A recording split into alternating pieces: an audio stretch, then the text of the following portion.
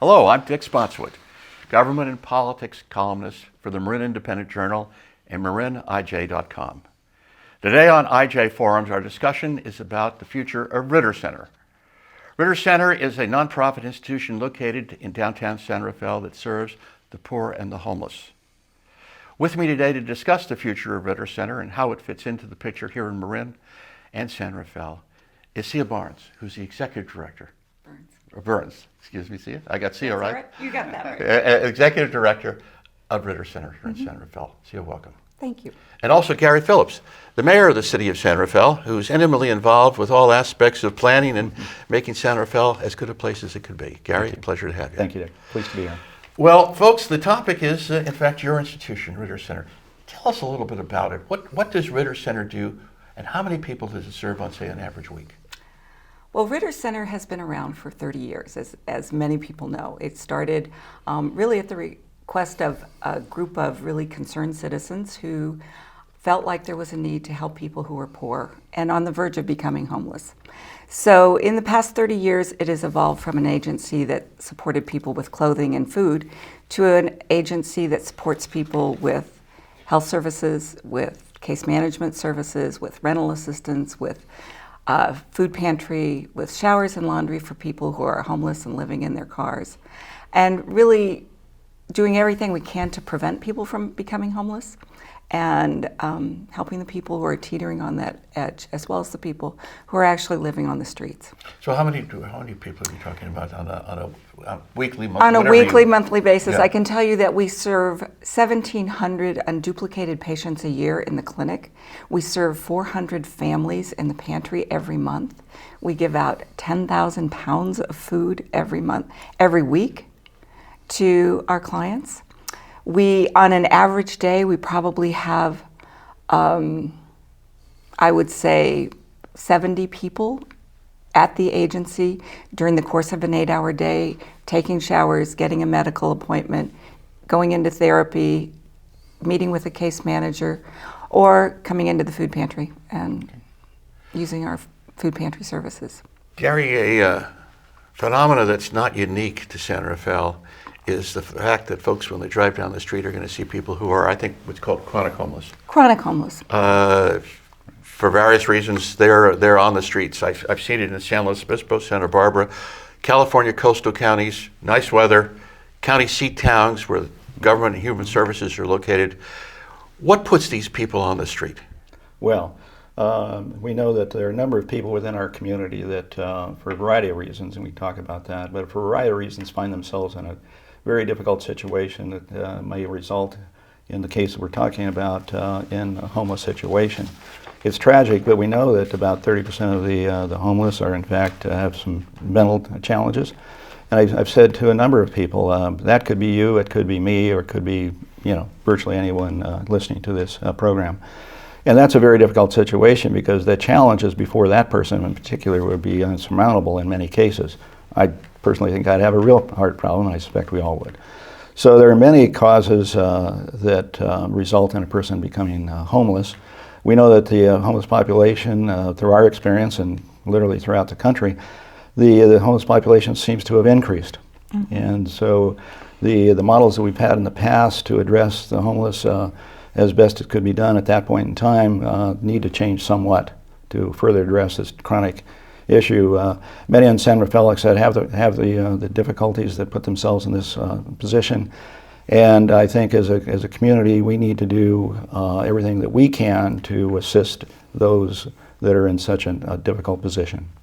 See, I know we've had pushback here in San Rafael, downtown San Rafael, about the homeless phenomenon, mm-hmm. and some folks feeling that they are being, downtown San Rafael is picking up the huge burden that's really a countywide concern. And I think that's a shared feeling among everybody, including the people at the agency, the people who come to the agency, and I think most of my friends would say the same thing. But it is sort of a natural consequence of being the county seat and being right around a transportation center. You think that's a transportation center a factor too? I hadn't thought about that. I do. I very much do. I mean, we do know that there is an itinerant population that goes up and down the coast, right, sort of seasonally. We see a few of them. not all of them, but we see some of them. And I think that makes a big difference. Interesting point. The topic has come up. We've run it in the IJ. It's no secret that Ritter Center has been urged to consider alternative locations when its lease comes up. First of all, is that correct? That's absolutely correct. Okay. And I've been really clear. I've been the executive director for 2 years. I've been at the agency for 8 years, 8.5 years. And we need a more functional space. We're right now in 5 different buildings, and we need a more functional area to do the kinds of work that needs to be done. And right now, those 5 different buildings are way too small. If you moved, would you be doing in a new location, wherever that might be, would you be doing all of the same activities that you're doing now? Would you just do it differently? I mean, it's as you say, you've been there for a while. Yeah. And you need to re-examine the situation. Moving forward, what would you move? What would you not? Well, I think one of the great things that has happened out of all of this is that it's become clear to the community that this is about more than just moving the Ritter Center, that this is an opportunity to do something as a community for this population, that we could look at places where we could put both some of Ritter's services, all of Ritter's services, combined with the other supportive services that the poor and the homeless need, like a low barrier shelter, like some employment services, like a day service center, and really provide a community base for people who are poor and homeless. So it's really an opportunity. Gary, I know you've been working hard over the last 4, 5, 6 years to, shall we say, relieve downtown San Rafael of some of the burden that it's gone through. And lots of it successful. As I walked in the studio today, I saw the street teams in action, and that's clearly a big success. But you are looking for other locations outside of downtown San Rafael. So where have you looked? Well, let's talk about the process for just a second. And you're right, we have done quite a bit in San Rafael, including the downtown streets team that you mentioned. Highly praised by virtually everyone that I talk with anyone. I've heard virtually no complaints or issues with regard to the downtown streets team, individuals trying to make themselves or put themselves in a better position. So we're highly supportive of the downtown streets team. But also we've hired, and part of our police department now have a mental health officer, and she tries to connect with individuals, particularly in the downtown, but throughout the city, to help them and direct them to those service providers that are able to address some of their issues. We also have a full-time beat officer in the downtown, Tuesdays through Friday, so that people are feeling more comfortable coming to the downtown if they see an officer. And so we think that that's encouraged a number to perhaps reconsider in some cases coming to downtown and visiting our downtown for meals and goods and services. So we've done a number of things, but about 3 years ago, roughly 3 years ago, I had breakfast with the president of the Ritter, and Cia knows this, and several of their board members, and it surprised me somewhat pleasantly so, that their topic of conversation was, will you help us, you being the city, help us relocate our services. Of course, it was on our mind and brought to our attention and suggested by a number of people within the community. So I was somewhat taken back, and at that point in time I did say that that's not the city's job to relocate businesses, be it Ritter, be it Marin. It's not our job, but we certainly have a vested interest in where that might be, and so therefore we would be interested in helping in ways that we can, understanding zoning and a few other issues. That was about 3 years ago, so we haven't collectively, I would suggest, haven't made the progress that either of us would prefer. We've become a little more active in that endeavor. We do have a person on our staff that has been committed to the relocation efforts, as well as hiring Andrew Henning, who was formerly associated with the Downtown Streets team, and he is helping with this broader issue. He was dedicated to do so. So we're making steps, but you may have raised a good point, Dick, with regard to the services, and I'm pleased that we are in the midst of, near the end, I hope, of an MOU with regard to the services that are being provided currently by Ritter. It's been a joint effort of Ritter and the city. to come up with an MOU to address 3 services MOU in a different way. for the folks out there. Memorandum of Understanding. So it's an understanding that we agree upon in terms of change of operations, because there is an impact. We all know that in the downtown particularly, and we all get that feedback. So our objective, or my objective specifically, would be to not curtail the services of Ritter, because there are many within our community that need those services, supportive services, and we're appreciative of those, and I've said that a number of times. But we also think maybe there's a delivery mechanism that can help dilute to some degree the impact in the immediate downtown, and I'll give you an example. The 3 components are the food pantry. We have about 50 possibilities of entities, organizations that are currently giving food. We think that, I think it's fair to say, and you can verify, but under the MOU that would be curtailed at the current location. The 50 would be around the county. Around the county, and that's a good, very good point, because we are looking for county-wide help in this endeavor. It's not just San Rafael, nor is it just Novato, but rather county-wide issue, we believe. So the other is the mailbox, but more importantly, the showers that you referred to, Sia, and that is roughly 40 of the 60 that are use permit now are coming to the site for showers, and we think there's a different means of providing that same service, and that is a mobile shower, wherein that facility, be it a bus or some mobile facility, would circulate throughout the county, rotate on perhaps a daily basis. The schedule hasn't been worked out yet, but rotate so that the concentration isn't just at the current location, but rather spread more evenly, and I would suggest fairly, within the county. So there's services that are critical to many within our community. We wish to support those, but we do think there are other ways that we can do that betters everyone, and I think that Ritter we're close to the agreement, so I think that you're of the same mind. I think we are close to it. Our MOU is really very close to being finished, I believe. And I think for many of the clients, a rotating schedule of where showers and laundry were offered would be helpful and easy, because they are traveling to get here, for many of them. And we have a lot of people who work in downtown San Rafael who take showers in the morning. And if there could be another location in downtown San Rafael, that would be great. But there's also people in Novato and Corte Madera and Larkspur. And so that idea of creating mobile showers and laundry, I think will actually help the clients. I think it's a very good idea. But there would still be core functions that you still have to perform. Crucially, the medical function. And I think we could still do some showers, and certainly we need showers for the medical clinic. That's really one of our basic requirements. We're a federally qualified health center, and we see patients in both behavioral health and primary care. And those people, many of them need to take a shower before they have a medical visit, because they've been living in their car or they've gotten dropped off from the rest program. And so the question, the $64 question they used to say, is where might you relocate? First of all, where have you looked? You're talking about the facility, not just the showers, correct? I'm talking about not the showers and the sliders. You're talking about the agency. I'm talking about the agency and your core functions classically of providing the medical services. Right.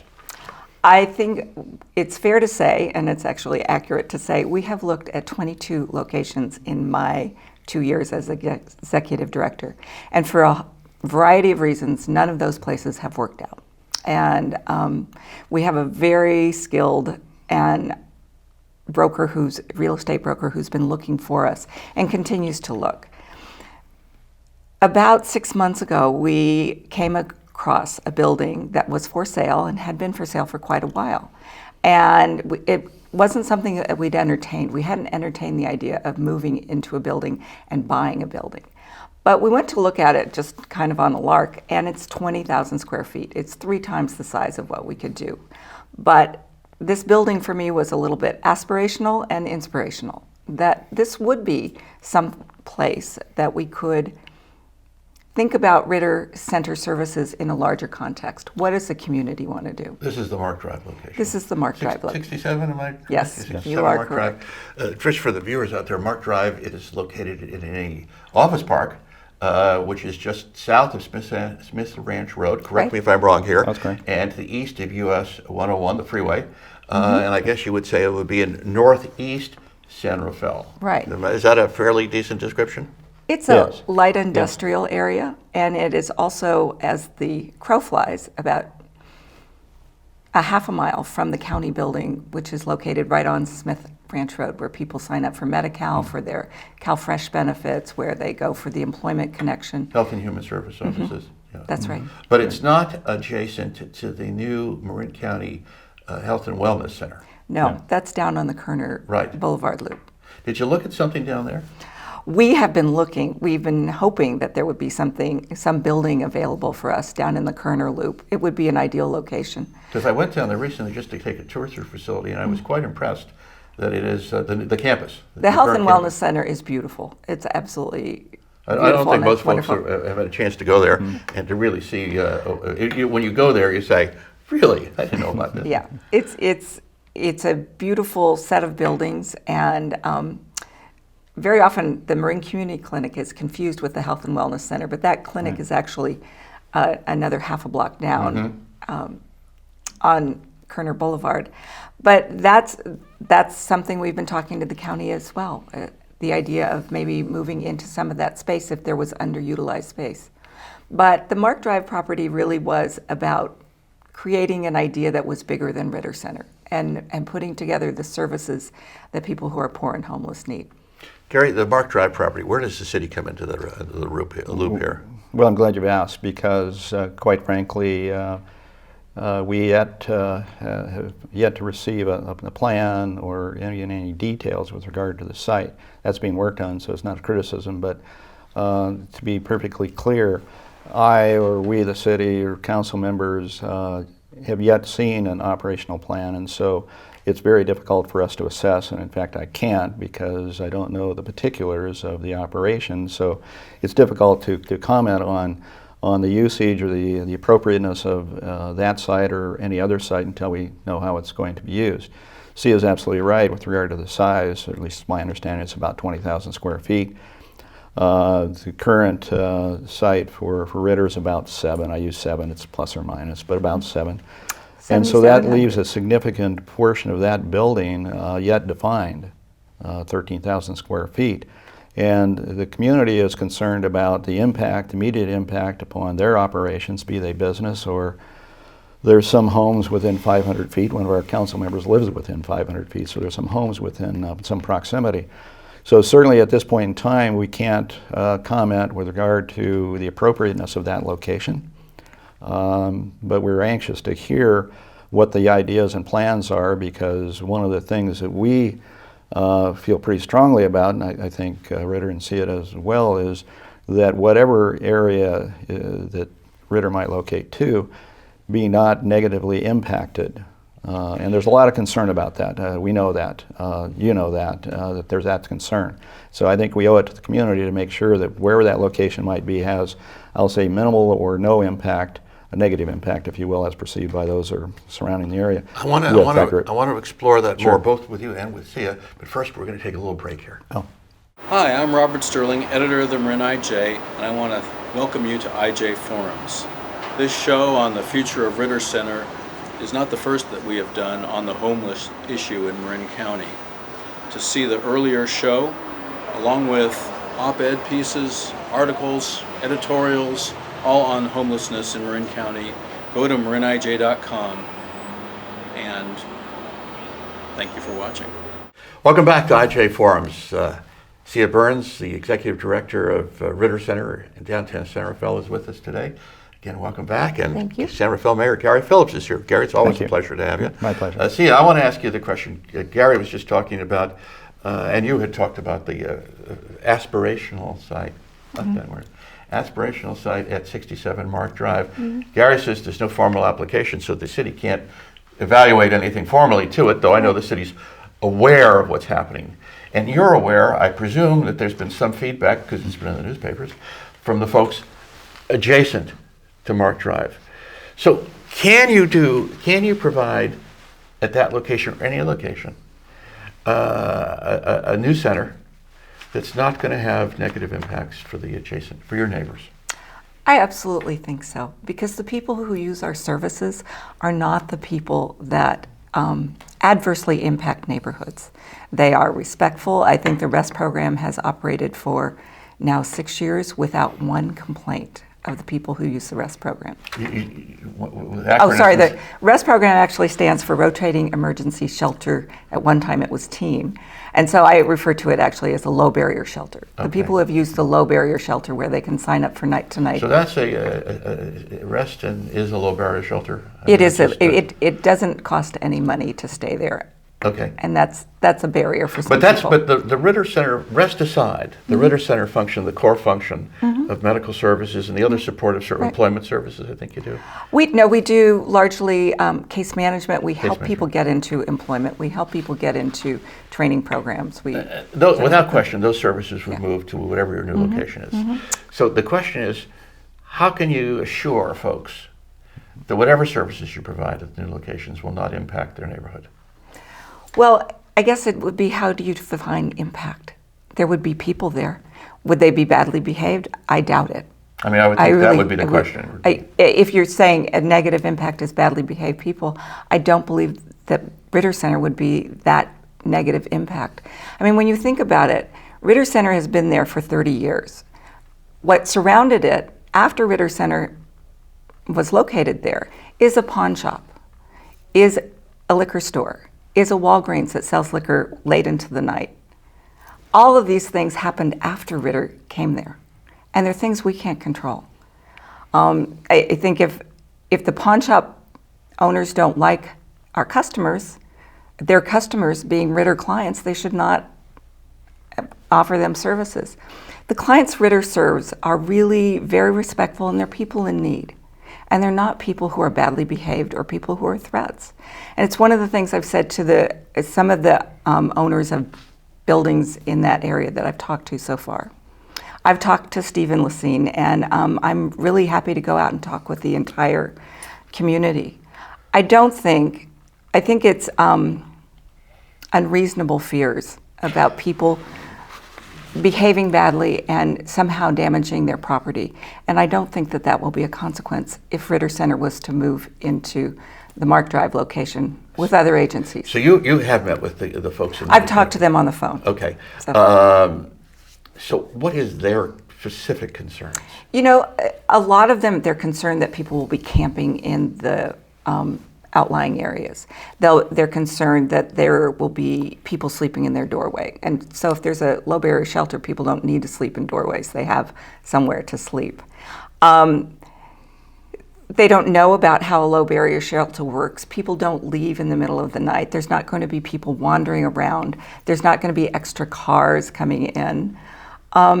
Because people are brought into the low barrier shelter to stay for the night and then given breakfast, and they go about their day. Now, their day might be to go to some employment training. Their day might be to go to a medical appointment or to a therapy appointment or to a group. Or it might be to go to work. There is an exception, though, and I think it's important to recognize. You've made reference to the REST program, and certainly and I think perhaps collectively have some concerns about that. Again, we haven't seen the plan, so it's hard for me to say, well, here's the plan and therefore the concern. But I'm overall concerned when people substitute the existing program that you're familiar with, Dick, to what is being proposed. They're almost day and night. Why do I say that? First, the existing program relies upon volunteers. Well, you're now talking 24/7, so you're talking about a significant employment issue. Who's going to pay for those employees? Furthermore, it's not just during the inclement months as it is now, which is helpful, but rather it's year-round. And it's year-round, 365 days, but also 24 hours. And so to say the REST program has had few concerns and complaints, I would agree with. That is because they're transported from points in San Rafael to other churches and synagogues throughout the county. And we think that's an important feature because it does say that, at least to this degree, the county is supporting the various churches and synagogues throughout the county. Now, if it's concentrated in San Rafael, it's one less opportunity for the other unincorporated area and cities to help with this broader issue than just San Rafael. So we're concerned about the concentration, what that looks like in terms of program. Again, I'm not prejudging, I'm just saying that I know that it's not, gee, it's working well now and therefore it will work. They're day and night different programs. And so I haven't drawn that conclusion. I'm not averse to that conclusion, but I'm just saying I don't think it's appropriate to draw that conclusion that it's without impact. Let me ask you a practical rest question. Okay, and bear in mind, I'm not the person who runs REST. But as I can say, as you know, I have volunteered as a REST volunteer to dinners. One outside of San Rafael and one at Lucas Valley, St. Anselm's, and one at Lucas Valley Community Church. I've done both a couple of times.